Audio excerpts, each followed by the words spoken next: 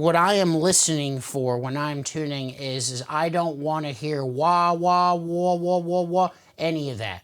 I like to hear a.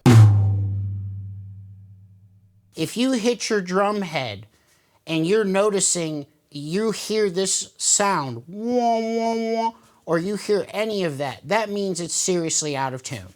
The faster the beats are, the more out of tune it is. The slower it is, the closer you are. But you got to be careful because either one can throw you off. The slower they are, Yeah. the closer they are to being in tune. And Yes. ideally, there isn't a beat. Yeah, ideally it's just a woo or like a, two. It's like that, you have that sound. You don't have a wah, wah, wah, wah. None of that. What I like to do when I'm starting out with tensioning is I like to start out with either one or two even turns.